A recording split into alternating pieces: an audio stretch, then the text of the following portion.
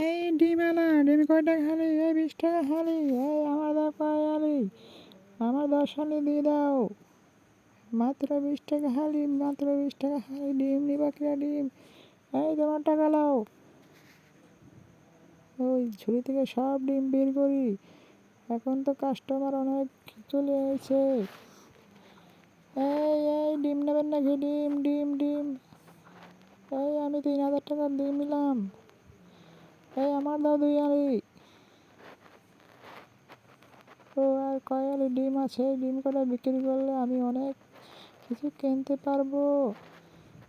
তাই ডিমগুলো সুন্দর করে সাজায় রাখি যাতে কাস্টমারের চোখে পড়ে। এই আমার দাও 1 হালি ডিম। ডিম কয় টাকা? মাত্র 20 টাকা হালি ডিম।